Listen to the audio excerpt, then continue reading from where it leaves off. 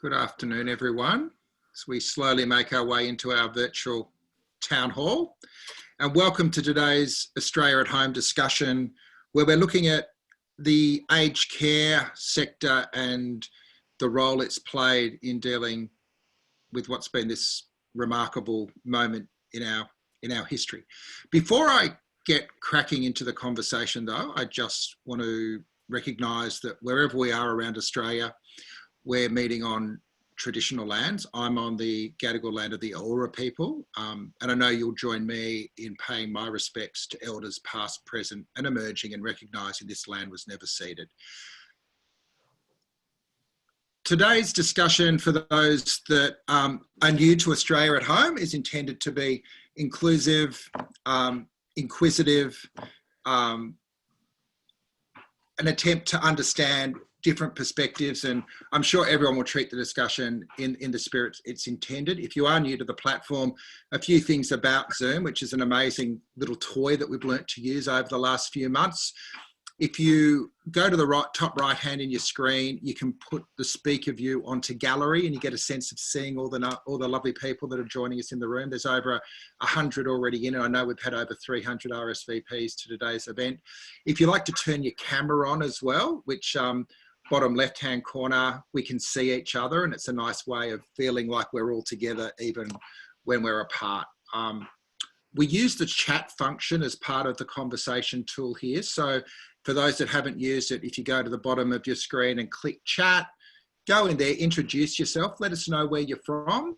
And as the conversation gets going, and if you do have questions for the speakers, put the questions in the chat, and one of our team will be monitoring questions, and we'll come back to you and see if you'd like to come up into the discussion and put your question directly to our guests. And I should probably at this stage introduce our guests. And this is it's quite an important conversation, but it's also one which we're running today with two organisations that Essential Media, which is my company, work with. So I don't want to put it out there that this is journalism. I'm going to be asking these two lovely people gotcha questions. This is actually about understanding a really complex issue from different perspectives. You know, one of the great joys we have in working with purpose-built organisations is that we get to grapple with really tough issues and help our clients navigate their way through. And on the way, you learn how complex the world is and how, you know, the work that is done often just gets ignored in the mainstream media. So this is an opportunity, I think, for our Australia at Home regulars to hear from people that have been on the front line, and where there's people that have got an expertise in the sector to really, you know, be part of that conversation. So on that note, I want to welcome both Patricia Sparrow from ACSA, which is the peak body for not-for-profit aged care providers, and Craig Gear, who runs the Older Persons Advocacy Network, and thank them for giving us their time today. And I'll just, to get cracking, just ask both our guests and firstly you, Pat, just to let me know how you've been going over the last couple of months. Like I remember talking to you, I think the week before the lockdown started, and I was over at WOMAD in Adelaide, which seems like a lifetime ago. It was the last time I left my home, really. And we were just talking about just almost wargaming worst case scenarios, and, you know, the idea of, you know, thousands of Australians dying in nursing homes and what that would mean to their families. And thinking where we were then and where we are now, how's it been for you? And, you know, what's been your journey over the last couple of months? Well, I guess, you know, for all of us, it's been difficult to come to grips with coronavirus and the reality of it. And I was probably in the camp early on where it took me longer to get my head around what it was going to mean personally, but also what it was going to mean for aged care. So I do remember that conversation we had when you were at WOMAD Adelaide, and starting to really see what was happening overseas, and really start to think really carefully about what did that mean we needed to do in supporting all of our members who look after, you know, aged care looks after 1.3 million older people every year at home and in residential care. And it was really like, how do we best do this? How do we support our members to make sure that they're able to keep people safe and well, keep people connected? What is it that we're going to need to do? And just frankly, just how do we protect everybody that we're looking after? And over the course of the last few months, it's been pleasing to see that we haven't sort of followed the international trend, but doesn't make it any less serious or any less concerning. And we have done lots of things over those months to support the frontline workers and to support the CEOs that we work with, who've really struggled and been challenged by what they've had to do to make sure that their services are keeping people safe and well. So it's been what about the journey for you personally? Like, how have you found the change that we've lived through, and with the demands of, you know, wicked external challenges, but how's your organisation managed through this process? Actually, I've been incredibly proud of our organisation. We are a member-based organisation, and we've been able to do a lot of things using technology. And I think, you know, there is that meme on LinkedIn and Facebook about what's the biggest change to the way you've used technology. Is it because of your fantastic strategy? And it's actually really been that we've been forced into using it more, and it's showing some real fruit in terms of making us all feel more connected. And I think at this point in time, that's really important, that we're bringing people together who are having similar experiences to be able to share their thoughts and their frustrations and get ideas from each other about how they can actually do things better. And that's been a really important part and a more uplifting part as we've tried to struggle with, you know, the issues that people have had and the very real concerns that we've had and still have about making sure that, you know, we don't have deaths well, we don't want to have any deaths, but so that we minimise the impacts as much as we can. Craig, bringing you in, how's the last couple of months been for you and for your organisation, the Older Persons Advocacy Network? So I think to sum it up in a word, intense.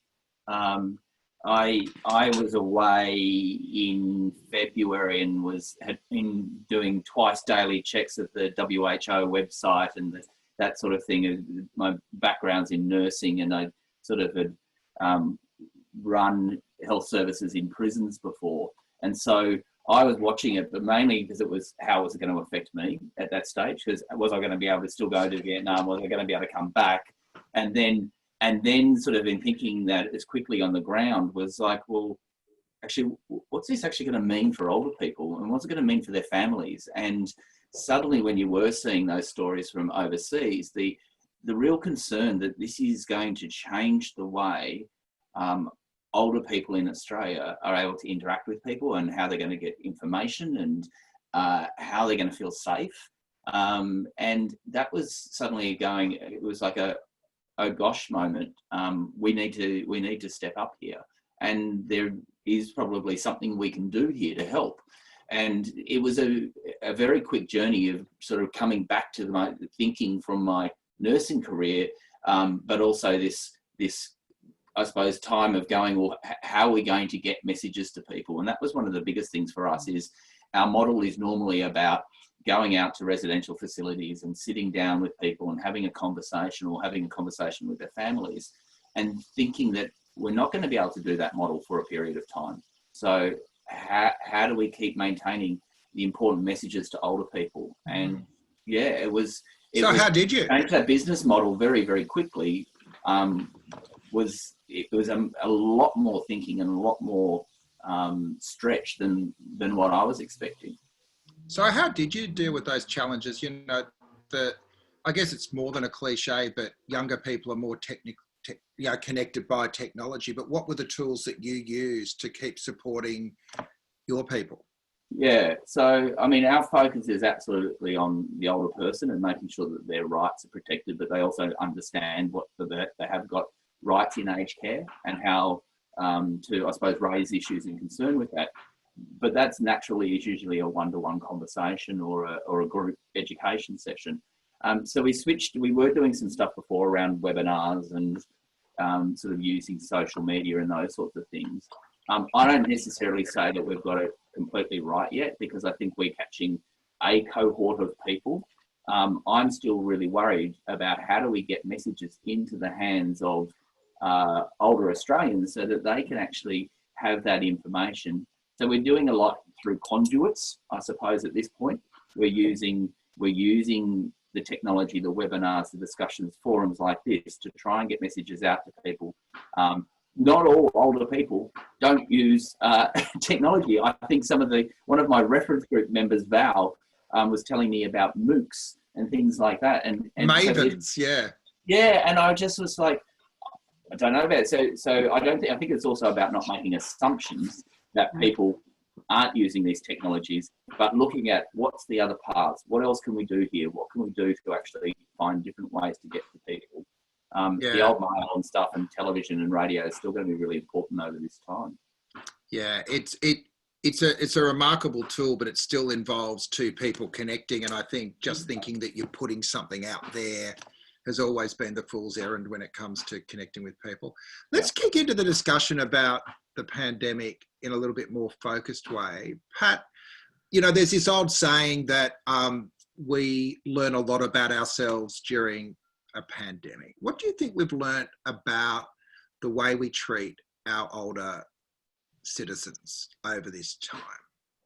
I think internationally it's been distressing to see how people have thought about older people. And, you know, it's still shocking to me that in many countries they didn't count the deaths of older people in nursing homes amongst the number of deaths from coronavirus, which tells you something about how people see older people internationally. And it still shocks me to say that. Unfortunately, in Australia, we didn't take that view. But I think that we have seen different levels of ageism coming out through this, you know, not just in aged care, but, you know, right across the board. When people were talking about, you know, hospitals and who can and can't go to hospital when this happens, and how older people would be supported. So I think we've definitely seen some ageism generally across the community, and internationally, it sadly was worse than what we've seen here.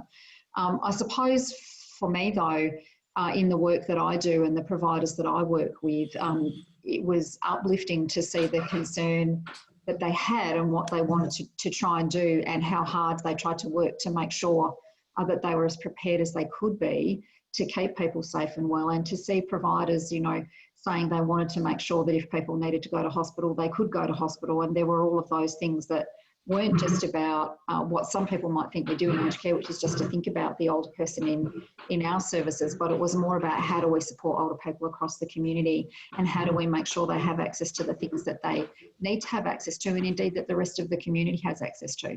So, you know, but I still think there's an underlying ageism that we saw come through in this whole process. Of course, the other factor that was colouring the way a lot of people were looking at aged care was obviously the Royal Commission and the stories that led up to that.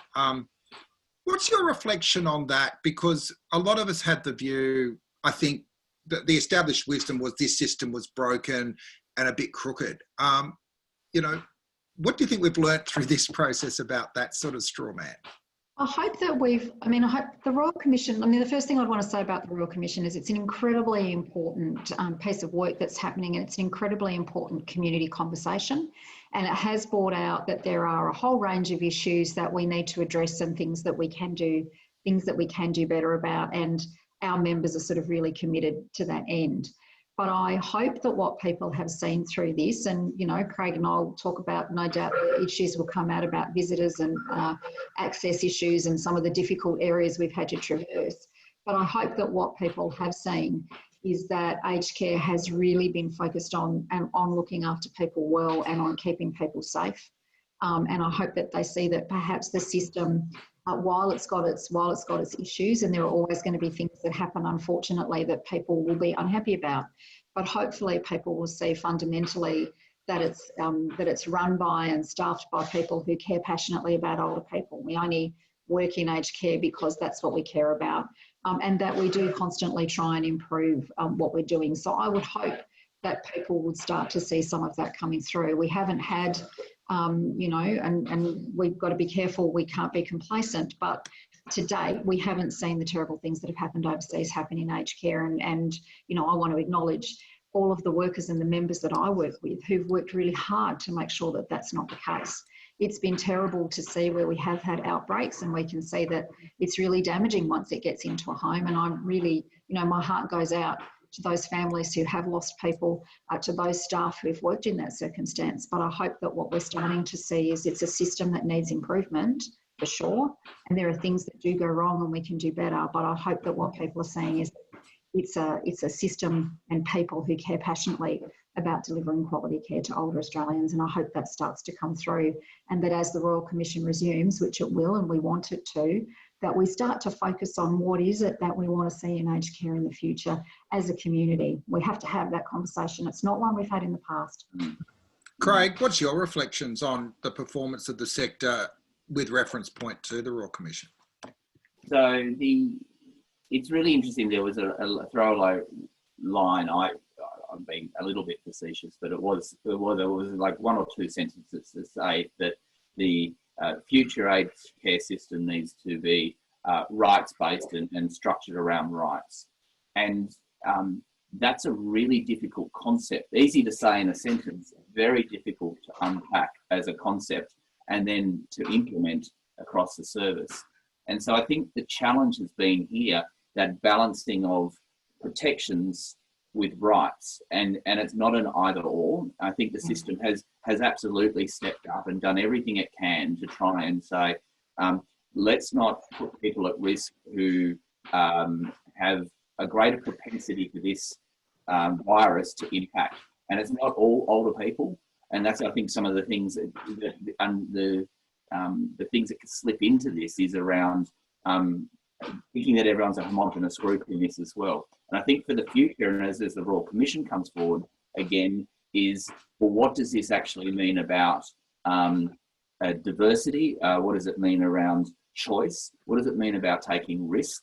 And what is it about not making sure that one top size fits all? And I think it will be really interesting for the Royal Commission to sit down and look at the various parameters about how people responded during this time. What was my role in this, and how did we step up, and where did we go too far in putting the safety in place and not enough of allowing people to take risk, or where sometimes individuals and families where we push too hard, or even our organisations. So I think it's going to be really, really interesting to look at all the parameters of this. I think predominantly the whole society has done an amazing job to shift its thinking and its behaviour. I mean, who knew about social distancing and 1.5 metres and what 1.5 metres was until a couple of months ago? We'd never that in a concept. So from a behaviour change point of view, we have done amazing in Australia of what we've been able to achieve. Just wanted to say, I mean, we agree entirely about a rights-based system and the balance and the struggle that's been going on at the moment to try and get that right. But one of the other things to think about in the whole rights debate is that the other thing that we've had to try and come to terms with is an individual's right over a right of a whole lot of people who are living in a residential care setting where, what happens to one person can have an impact on many people. And that's, something about rights that we often talk about rights as an individual, and that's incredibly important. But the other thing that we've been having to struggle with a little bit is how do we balance an individual's rights against a group's rights as well. And I think that's going to be something that will also come out, in the Royal Commission's kind of thinking and consideration about how we structure and provide aged care services. Yeah, mutual respect that we're living in a community here. So my rights, you have rights, I have rights as well, and really balancing that or looking about how do you accommodate those two things. It's a real ethical dilemma, and we've had to struggle with that through this process. Yeah, at the start of this process, the real, the idea of who would be allowed into a facility during a time of risk was, I know, one of the key fault lines. Yeah. The idea of visitation. I remember again talking to you, Pat, before it started, going, oh my God, we could be living in a world where people's parents pass and they're not allowed to sit with their parents and they've got to dial in, which just sounded like a horrible prospect. But it kind of informed, that's kind of your individual right part, your right to be with your parent at end of life, as opposed to the right of a centre to be providing a safe environment. Now, given that we haven't ended up yet except in a couple of homes where this is a real and present issue. How did you think those issues were worked through and thought through, both with the sector, with groups like Craig's, and also with the government? I think my reflection would be we probably could have had some of those conversations, earlier. I think that we were very focused on what we needed to do right up front. And I think having more conversation about that early on in the piece might have been helpful. We knew that there were possibilities. We were focused on how do we try and keep people connected, and perhaps, some broader conversations. And it was a very real thing, for me. My mum's 92, and, early in the piece, we were a bit worried we were going to lose her, and she lives in Adelaide and I live in Melbourne. So it was a very real prospect, for me, about what does that mean. And I've spoken to many people who've had difficulty getting in to see a relative, and I think that's really hard. I think the work that we've done subsequently, together with the consumer peaks around the visitor access code, if I had my time over, it might be that we would have done something like that much earlier in the piece, rather than what played out, which was a little bit of a negative public kind of narrative, when actually everybody wanted the same thing, and we should have just sat down more quickly and done that. Would be my view, to make sure that we did support people to get in as much as they could. And I should say many of our members did. Lots of members were doing that and people were coming in, but it has been difficult to get right. And I think it's always important that us who deliver services are sitting and listening to what the consumers want and working that through together, hearing from them, but also the practical sides that providers have to deal with. So I just think we could have done that more quickly.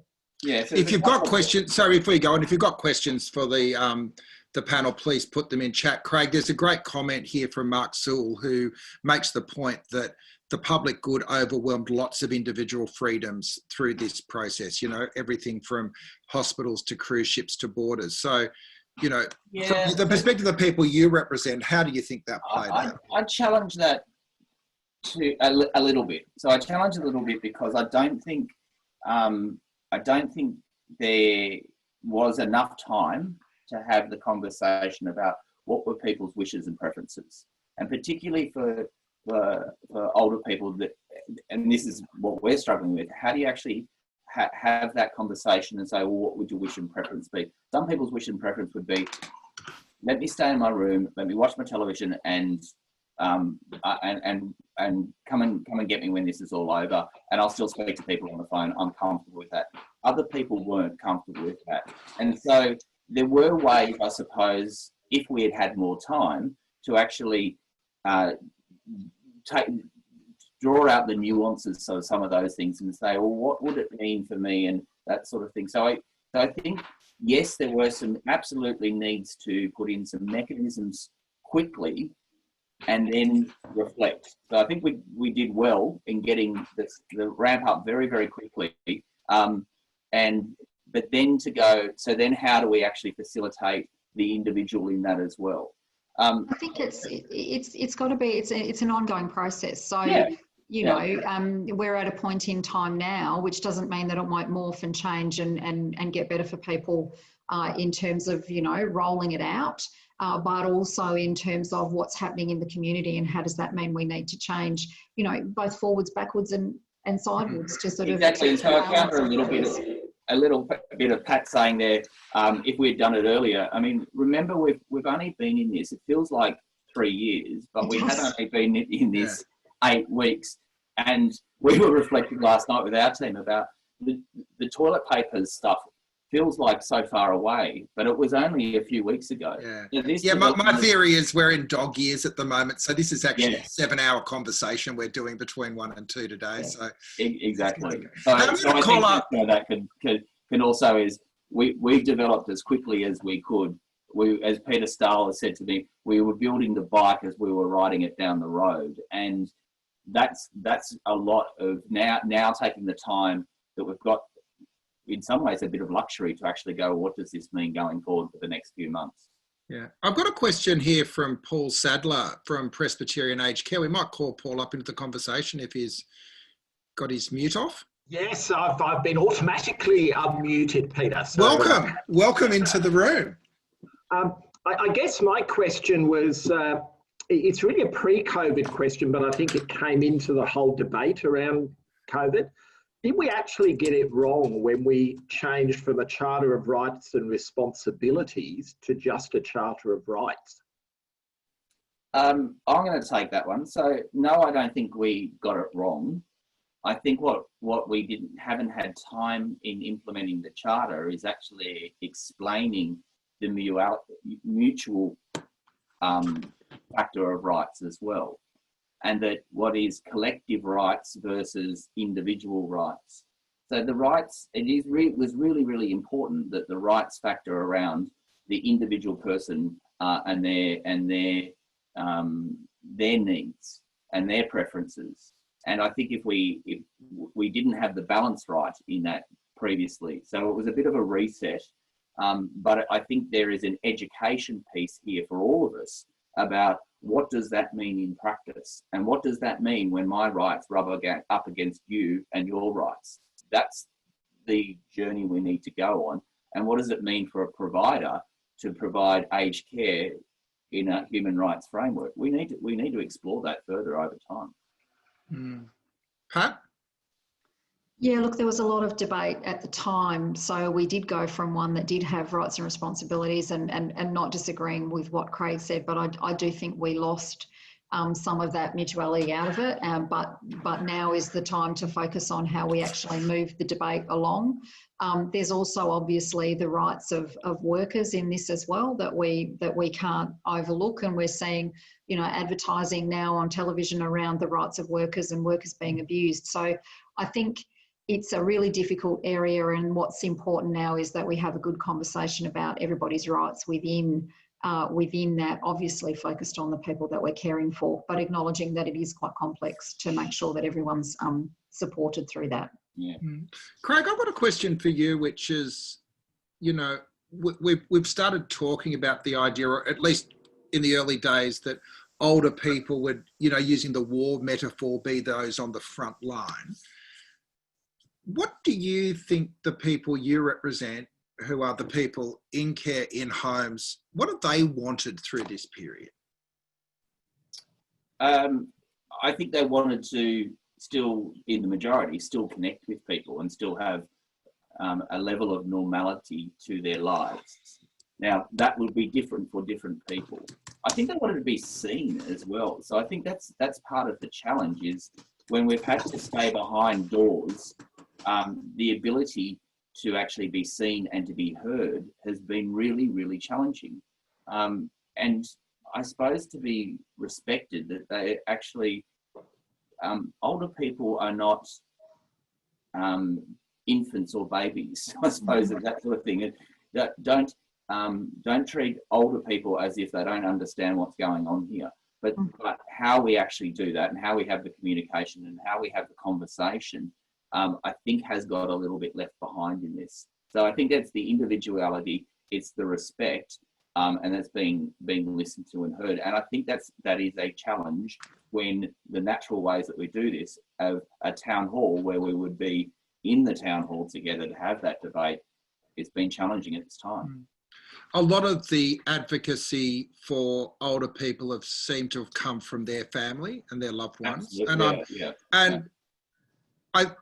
I'm interested in your take on whether they're the same voice, or where the fault lines exist between the families. And our aged care advocates are out there normally talking to older people themselves, and we very much frame the individual advocacy support we do is it's the older person and them telling us what they want. It's their voice that's absolutely essential. And sometimes that voice is different to what families want.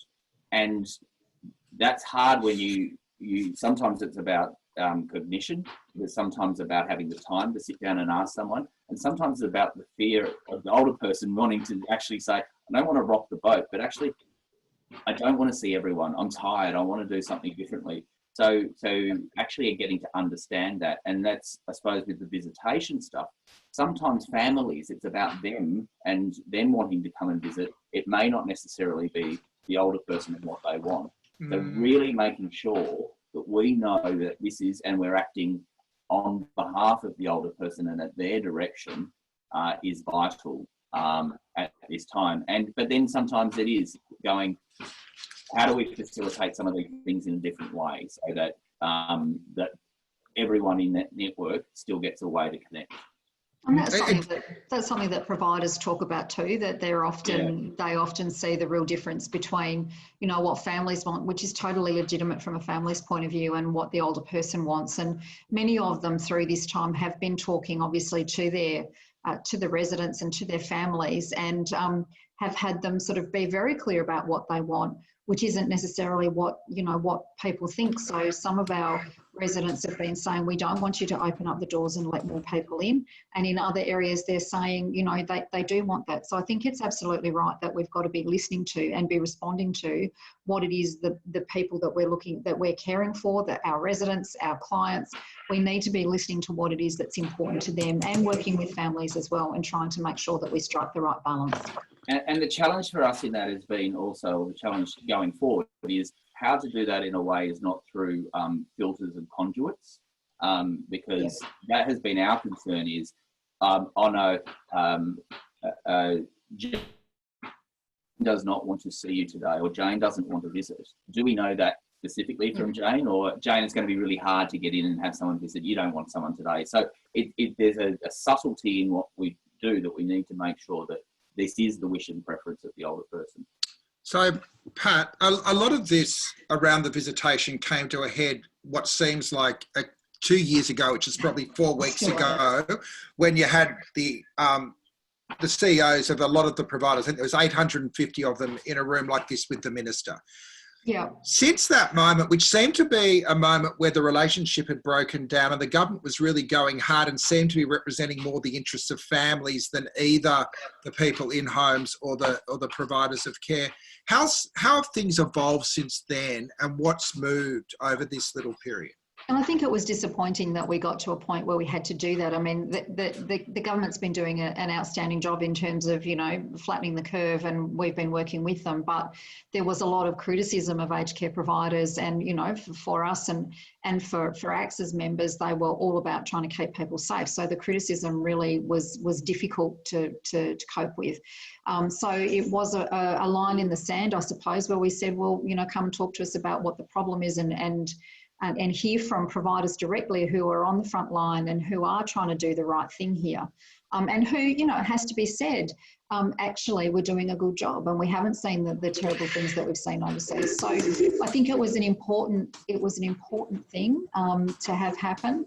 And I think what came out of that really was an agreement that we would start to look at a visitor access code, and following that, and following, you know, the providers and the peaks, people like Craig sitting down and working that through, I think it has improved. And we did hear the government start to talk about the fact that aged care had done a good job. And I just think that was an important part, that the role that we all play. I mean, aged care needs to be criticised when it does the wrong thing, and we are, and we have been, and where things have gone wrong, that's absolutely right that happens.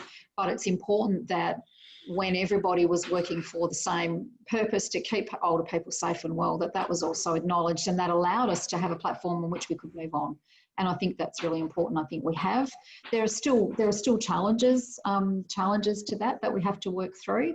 And it's always difficult, you know, with government, and this is a really difficult time for everybody. None of us have been living through a pandemic before, and, you know, it's new ground for all of us. But I think it was important that we did that work, and that we started to kind of move on and have other conversations about how we do this and how we can make things better. And Craig, how effective do you think this process has been? Yeah, so I suppose the counter to it is the things that we were hearing, and it wasn't small numbers of issues or individuals of just four cases. And there were weekends when I was taking the calls as well of people ringing up. And what it was quite understandably, when you got down to the level of the individual facility or the person on that shift, was around either misinterpretation of state and territory directions, or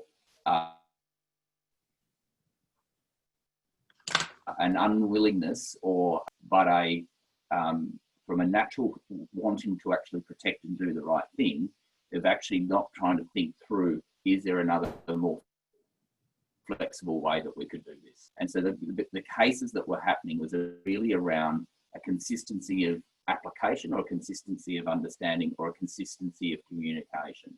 So the biggest challenge was that when we did have issues around, could we consider this as a compassionate case, there wasn't a framework or a mechanism for that to be raised up. Or if it was there, it wasn't getting to family members or older people. So I think what the code has done was bring those two perspectives together. And they are, they're not mutually exclusive, but it was a need to actually get greater clarity and also then say the expectation is that people can still continue on their lives and have visits, connection, those sorts of things, particularly in those compassionate cases where people wanted to see someone. They might not be in their last couple of breaths, but they wanted to actually have some time to say goodbye. And there were providers out there who were doing it really, really well and were thinking outside the box and that sort of thing, but it wasn't happening across the board. So I think, and that's what we've been able to achieve. And now it's about the challenge of implementation of that as we go forward. I think one of the things we discussed at the time, Pat, was that it seemed like that it was being put on the providers to come up with the model rather than a clear, a single point of truth. I think you described it as one point that if it gets to this situation, who's making the call to tell families they can't be there with their loved ones? Yeah, and I think it was, as Craig's saying, there's state directives, there was Commonwealth guidelines, there's a whole lot of things being put in place, all for the right reasons, but just created that difficulty about what does that mean we really need to do and how can we do it really well. So there is no doubt that the code, which, in and of itself, it's up for review. It's not perfect. There will be things that need to change in it. There will be people, and I'm seeing some of the chat, there will be people who still feel that they're not perhaps getting what they want. But it does give a focus and a way of trying to start to address those issues and continue to review and get better at doing those. But also importantly, that it acknowledges that, the providers are on the ground too and have a range of things they have to take into account, and that there are actions that providers sometimes have to take in the best interest of all of the people they care for. There's some great comments in the chat really endorsing, I think, Craig's comments about giving real agency to older people. Yeah. I thought I'd call Robyn up because she just had a great insight about her need to occasionally play the grumpy old woman, and that's her main strategy of getting through what she needs. Are you there, Robyn? Can you tell us about your grumpiness? Yeah, I'm capable of being fairly grumpy, I think, sometimes. I live in an independent living village. My last paid job was actually as a case manager in aged care up in the bush. And I've got a degree in palliative care in aged care. So I've kind of looked at things from both sides. I'm just about to turn 75. Look, one of the things that I have, I've had the experiences anybody with white or grey hair will have had, I'm sure, most people. Someone looking through you as if you weren't actually there, and that you don't actually have the capacity to speak for yourself. And I have been known to say, and I have said it, just because I've lost my capacity to reproduce doesn't mean I've lost my brains. So just listen to me, hear me, whatever. I've been in facilities when I was working and heard paid staff speak to older people as if they were children. That's not a new experience. Probably most people on this in this environment today would have had that experience or heard it. But we're not stupid, and we can still think, and we're capable of making decisions. And the dignity of risk is a really important thing to be aware of. I remember a case manager I knew when I was working who was working up in the Northern Territory, and they had someone who was in hospital who was ready to be discharged, and they discharged this person. It was an Indigenous person to a sand dune. They didn't actually have a permanent address. And they said, there's a dignity of risk here and we need to be prepared to respect that. So, but, there are times when you've got to fight, including when I get in a train and I say to somebody, before I had a hip replacement 18 months ago, I'd like to sit down, can I please have this seat? Often people will offer, but not always. I'm ready to have a fight, but I'm really quite a nice person. Thanks, Rob. Really important question from Effa, if she's available to come up to the plate as well. Can you unmute yourself? Yeah, sure. Sorry about that. So yes, I hear the conversation, and I definitely respect, the focus on residential facilities given what's happening at the moment. But as a multicultural in-home provider, I also feel that the information that has been provided to seniors from a CALD background so far has been extremely limited. And I wonder, what are we doing, across the sector, not, as ACSA and everyone on board today. What are we doing to ensure that our seniors in home are part of this conversation? Because as a service provider, we feel that they have drowned themselves in absolute fear. They're making a whole heap of, different assumptions without having the necessary or the knowledge, to make decisions on their services and if they should or shouldn't continue their services. Everyone has gone into panic mode, and they don't even understand the information that is provided through, the necessary use of PPE, and the fact that once their community care worker walks home, it doesn't mean that they're bringing the virus with them. And on top of that, they have been absolutely left alone, the majority of them, because they have no access to digital equipment, apart from a very small percentage of them. So they don't have that communication that they need to have with their doctors, and it's left to providers like ourselves to find the necessary bilingual staff to be in touch with them as regularly as possible and provide, that comfort and confidence back to them. Thanks, Effa. I might just see if Pat wants to respond to that. I think Craig's just lagged out briefly. Oh, look, and certainly agree. Home care is really important, and we support more people at home than we actually do in residential care. It's where older people want to be, and so we've got to make sure that we're supporting them. I think the information has focused quite heavily on residential care, and there's been a view that because older people receiving home care are part of the community, they're getting the community information, which they are.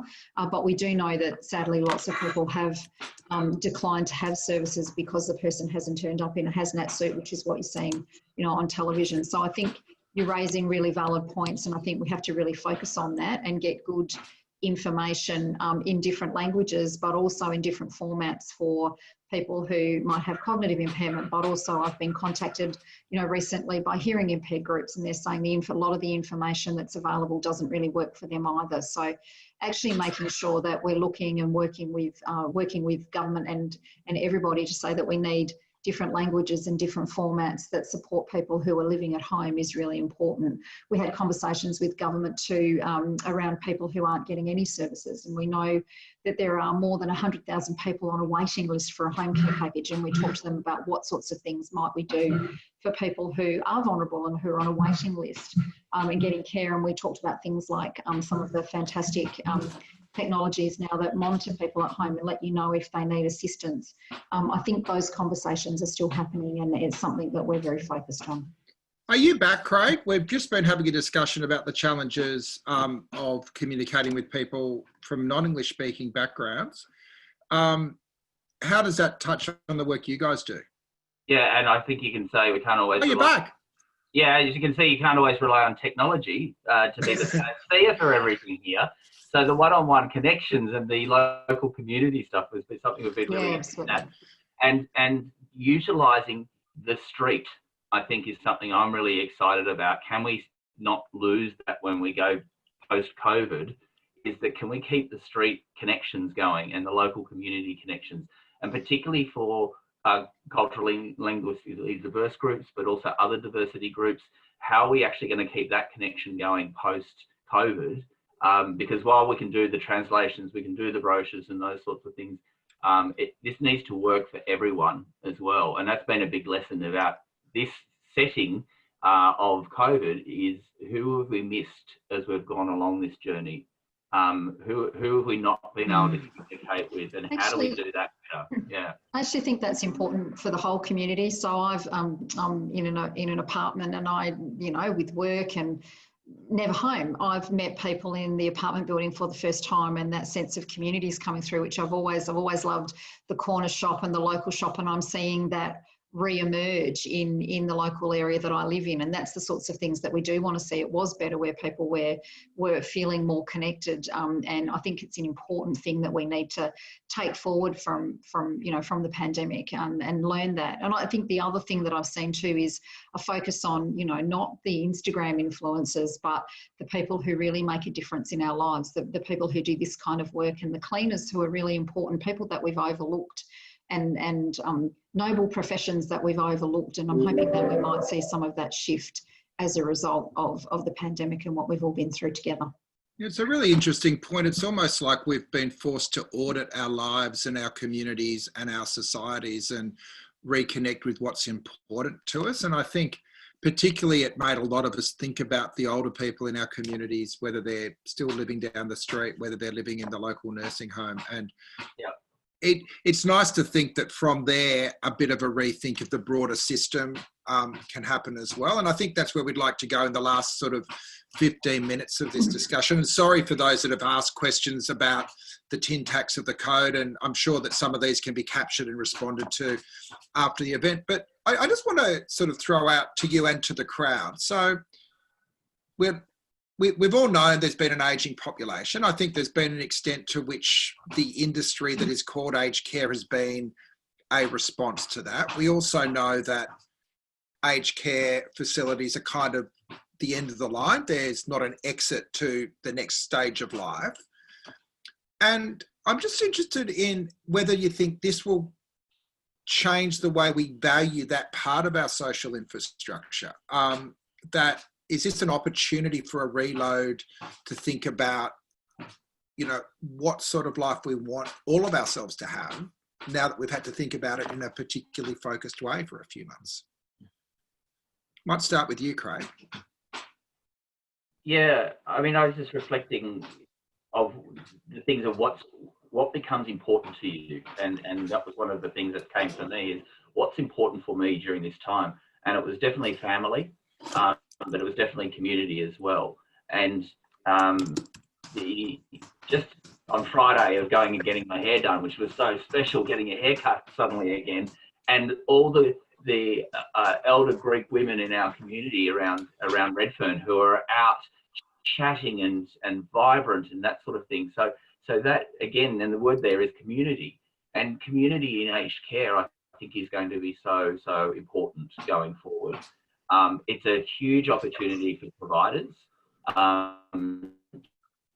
and I think there are some providers out there who do that really well, and who have been able to actually create almost this ring of community within a facility, or a ring of community around the people that they're supporting in home care as well. And I think how we leverage that and make that as this is just the way aged care happens. So it's not transactional, it's the relational, it's the community. So those sorts of things, and that's where the right stuff will start to come through, because the best places I've seen is where, as Pat was saying before, it's where the staff feel that they're part of a family here. I saw that some stuff with some of the providers who have had to respond to COVID in their facilities.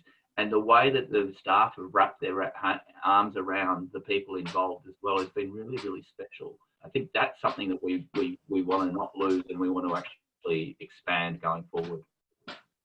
I hope Pat, go on, sorry. No, I was just going to say, I hope that, it actually shows that, the workers, and there's 350,000 workers in aged care, and we've got to triple it by 2050. But, as Craig's saying, there was a facility in Melbourne the other week that there was a potentially positive case, and the workers just decided that rather than going home and isolating, they'd all stay in because they'd all been in contact. It was a household model. So there are wonderful stories about the connections between residents, but also, to Elfa's point, the people who are living at home. There's there's a lot of great stuff that happens that we don't hear about, and I hope that comes to the fore.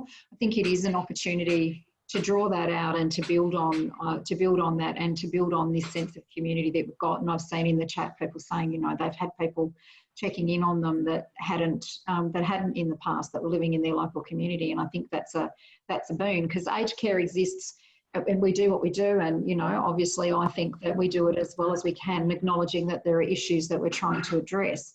But we also exist and operate within a society, and we need a whole societal kind of look at how we treat older people. And then I think that will also to help to bring the, you know, the rights approach, which we try and bring, but we do. And the issue about, you know, older people's access to hospital, and that is really critical. And, you know, an older person has every right to go to hospital, but those are the things we need to talk about as a community. And if we can do that instead of saying, well, because older people, you know, you have your whole life and you use all of your services all your life, and then somehow what we do at the end is we say, well, they're an older person, so they just need aged care. And I mean, that's just not the case. People need to be able to use all of the services that any citizen can use, and I think that's something that I hope we can build on from the whole sort of revival of the idea of community, and that we're all connected even though we have to be apart, that we do want to see this kind of move, that older people are a critical part of our community. They're entitled to every single service that every individual is, and I think that will help aged care to move to where most of the providers that I work with actually want it to move to. Can I just ask one other thing? Sorry, Pat, the one other thing I'm just curious before I move to Craig to respond is that, you know, the business model of a lot of aged care providers at the moment is inextricably linked with economic growth. So the bonds that are invested in markets, what pressure in the extent with an economic downturn do you see being placed on the sector even to maintain the services they're offering at the moment? Well, I think we've got a challenge in aged care, because not just linked with, you know, with the investment in the investment models, and there are very strict rules around how people can, you know, utilise the revenue that they have from bonds, and they're all repaid or refundable accommodation deposits. But geez, that's not catchy, is it? But, you know, and they are repaid. But we have actually got to talk about what we want aged care of the future to be and how we actually pay for it.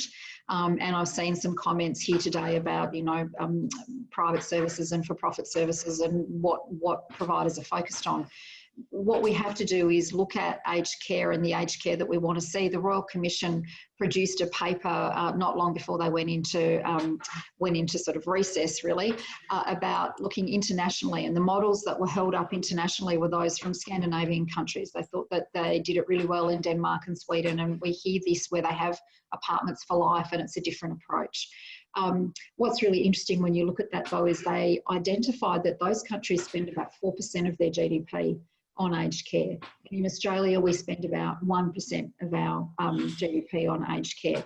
So this is where I think the Royal Commission gives us a really good opportunity as a community, whether you're working in it like me, or whether you're just someone who's got, and if we're lucky, we've all got an older person in our life that we care for, and hopefully we're all going to be older people. We've all got an interest in it, and we need to engage in the conversation to say, this is the aged care that we want. And we need to look at how we then afford that as a community. And maybe it is an increase in the amount of funding that is spent. And it can be through general revenue, or it can be through a combination of people contributing to the cost of the care where they can, or it could be a Medicare style levy. But I think what we all have to do, and we owe it to ourselves and to each other, is actually to engage in that conversation, talk about the aged care that we want to see. And we've talked about many wonderful things today about community and how we'd like to see it work. But we then unfortunately have to have the conversation that none of us really like having, which is how do we afford to pay for it and make sure that everyone gets access to high quality services. And sorry to interrupt you there, Craig. So just in terms of reflecting on those comments, but also if you were to wave your wand and come back and have this discussion in 10 years' time, and we've hit it out of the park, and we've got a system that you're proud to work in, what's it going to look like and what's going to be different? Yeah, so I think it won't be cookie cutter, and all different things for different people. And I think that's part of the challenge, is that some of our models have been set up on the basis of being able to get enough people together to make it work. And I think there needs to be a model that says we may not get either for particular people or particular location, particular population, and for. Sorry, Craig, you're lagging right at the 11th hour. Right, back in. No. So, no. No, we're going to have to. No, sorry. Maybe just turn your video off. If in a second we'll come back to you and see if that works a little bit better. Obviously, we're winding down, and I'm going to, in a moment, move to Pat to sort of respond the same way and say, what does the future look like? So do you want to try it and see if you're coming through okay now, Craig? Otherwise, we might have to go back to Pat. It just wasn't coming through clearly. Back now? Nah. And given we're winding down the clock, I think try one more time to come back in. But, this is the technology we're working with is limited. And thank you, Malcolm Turnbull, for the NBN that only needed to download Netflix. But, that's the way it goes. Pat, you wave your wand. What does the sector look like in 10 years? And how is it different from what it is today? Well, I think that what I hear when I talk to all sorts of people, and I don't just talk to providers, I do talk to consumers and consumer advocates and just general people in the community. I think what we all want is a right-based system.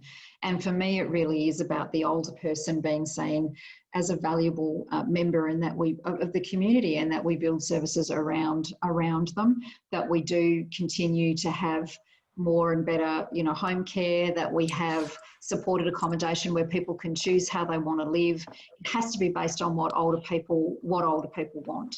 And as said, I think it's a really important part of the conversation to talk about how we can afford that. So it's about keeping people together in their communities, but acknowledging that, sometimes people do want to go into retirement village or some other form of supported accommodation, and we should be able to step outside of the models we've got now. It's really interesting to see the co-housing movement coming on, where people are deciding that they're going to live together and build a house or a small community and combine to bring their services in. So I think we have to be open to all of the things that people are saying they want and have a system that's able to respond to that. That's really what I want to see.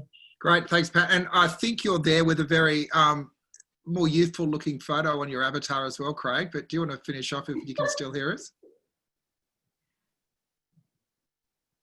Nah, we'll just have to look at his picture, I think. Hey, that probably winds up the conversation anyway, and thank you so much for everyone that's participated. It's been one of the most vibrant chats I think we've had, and as a number of people have said, it's great to have a dialogue between consumers and providers, which is based on listening to each other rather than sharing horror stories and being in a defensive mindset. Look, I've said this, when the attack on Pat's members was coming through in the lead up to the Royal Commission, that I don't think anyone goes into the aged care sector to live the high life. It's not like you're a banker or anything. Yeah, the end point is to look after people and to provide services. And I think the work that the providers do, particularly across the not-for-profit sector, is remarkable. And I know when my parents moved into that sector and then passed, I was just so grateful that there was a system in place that worked to the strength that it did. So